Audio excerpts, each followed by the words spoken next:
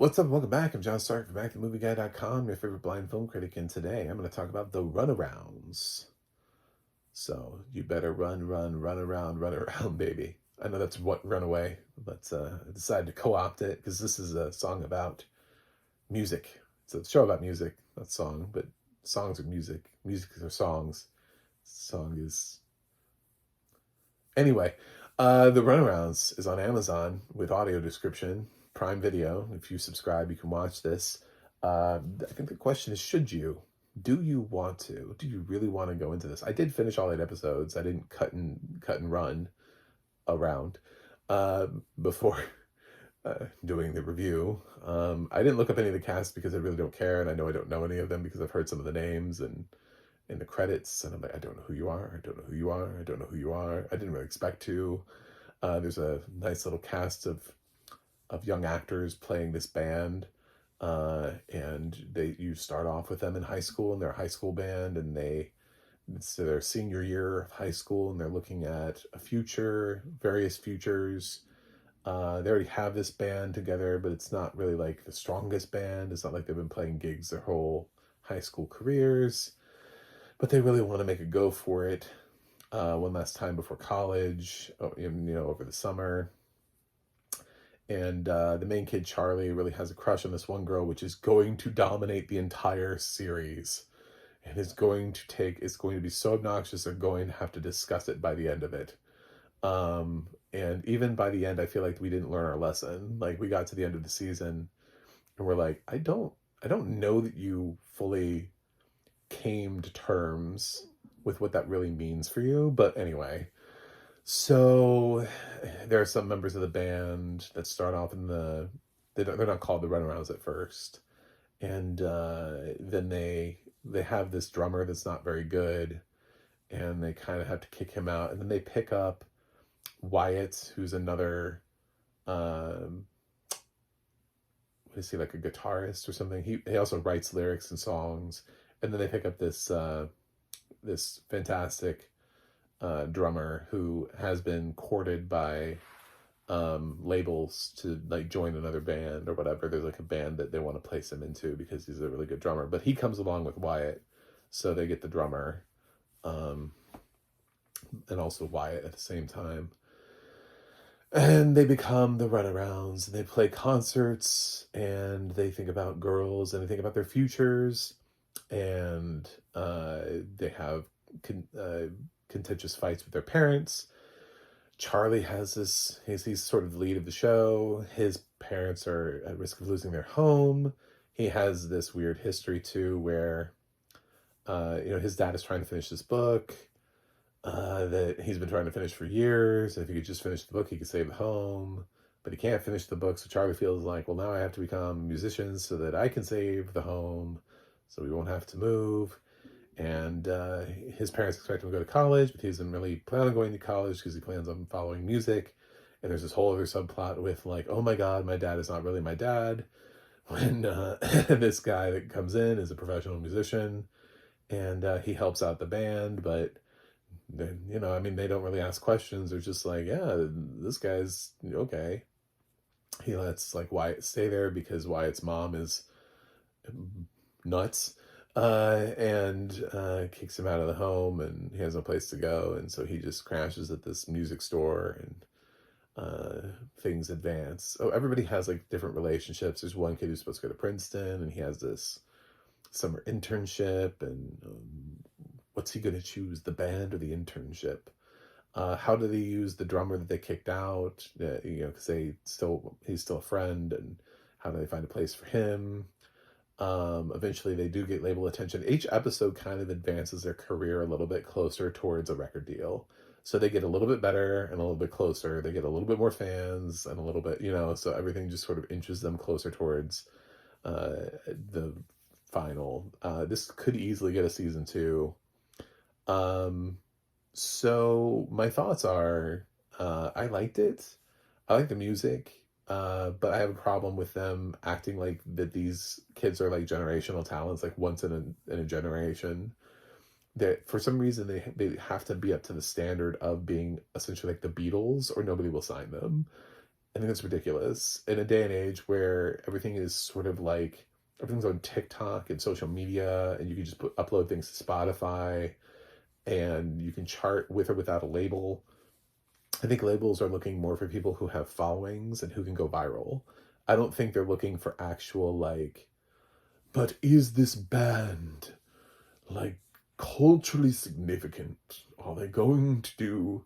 They're going to revolutionize music as we see it. I don't think that happens anymore. I think they're looking for people with followers.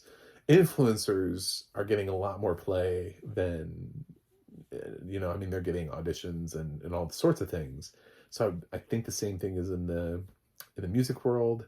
I have a friend who is not really signed to a major label, but has absolutely no problem getting all of the endorsements and concerts and everything that he needs to.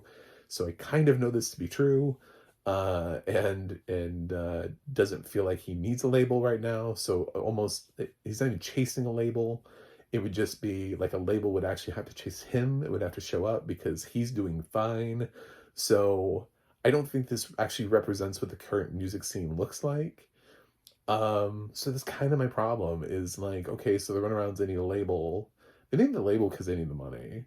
Because these kids, like, they need that signing bonus, right? They need the money because Charlie's gonna lose his house. So I get that part of it, but I also want like a realistic, this feels like it was written by adults and what they think the music industry looks like, but it's not what I'm seeing. It's not what I'm seeing. I work with a lot of kids that are younger than me who work in music, and then they go on to have careers, and a lot of them are doing just fine.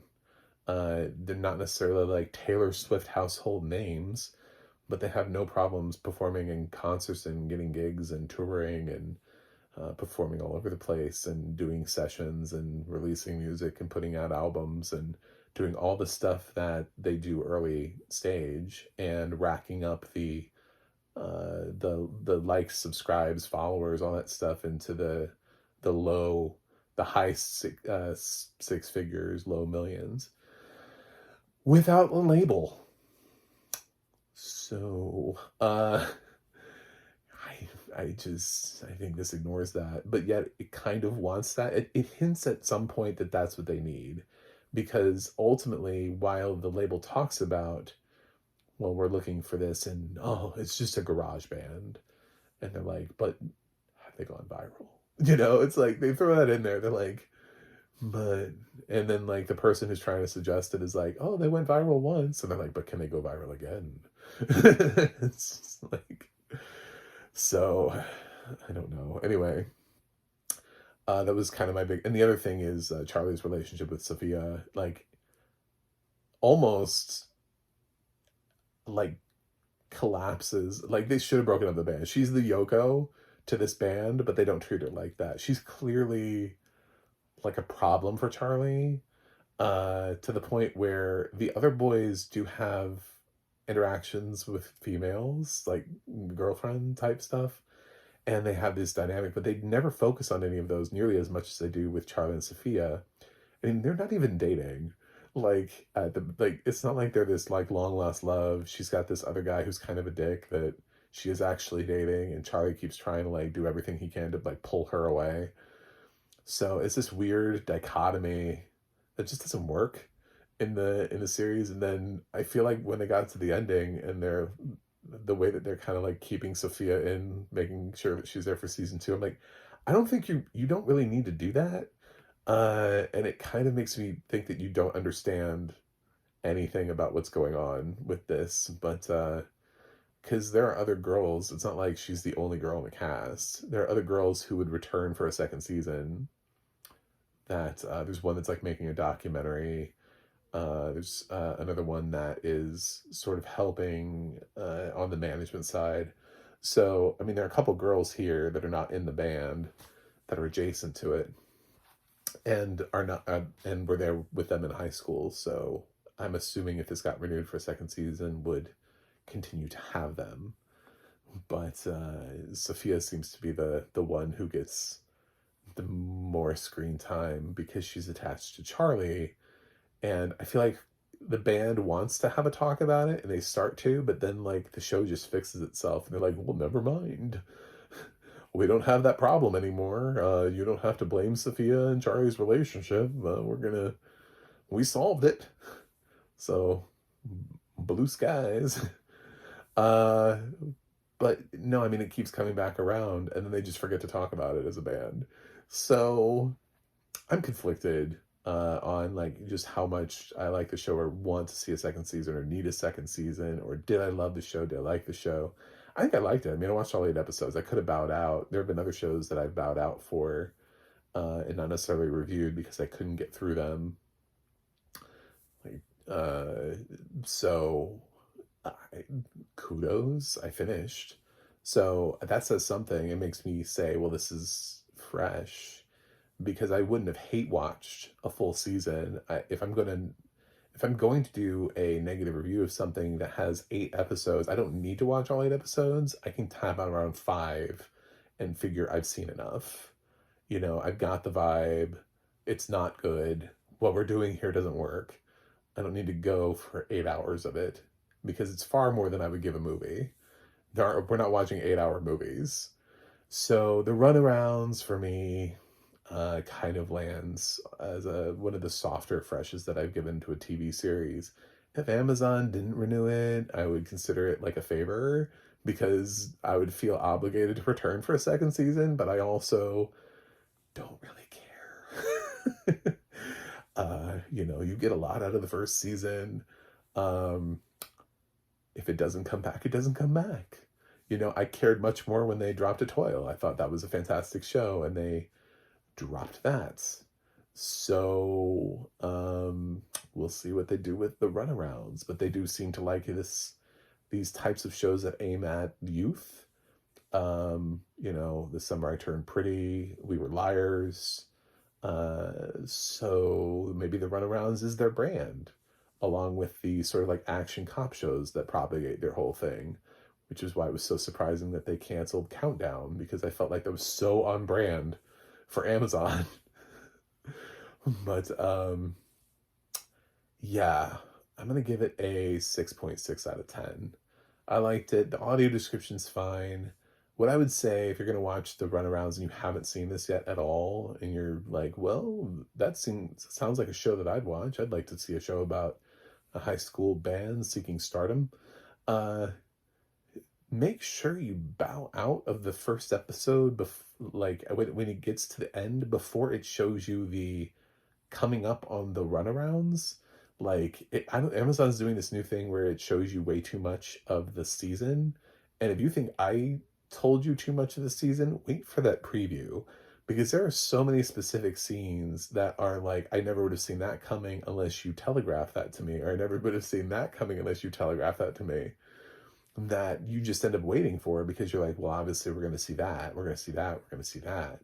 I just told you it's about a band, and then there's this relationship between these girls. There's a whole bunch of things I didn't tell you. I hit the key points, but there are a lot more like little adventures that they go on as a group that are all basically spoiled in that. This season on the runarounds, I was like, oh my God, this thing is just nothing but spoilers. I mean, like fights between people, things that when you say them, you can't ever like unsay them. Like accidents, like how did they make it out of that? Like a whole bunch of different things. So make sure you don't watch it if you intend on taking the show seriously, because I watched it and then I just kept feeling like I was waiting for it. And then like something would come up and I'd be like, oh yeah, I remember seeing that in that thing I shouldn't have watched. So now I just don't watch them anymore. Now anytime they try to, this is why oftentimes I never know who's in the audio description, because I'm just like, no, I don't want to see any more previews. Please don't tell me what's in the next episode. You're so bad at editing these things. So, there you go. The runaround. Thanks for watching. Thanks for subscribing. And I will see you guys on the other side.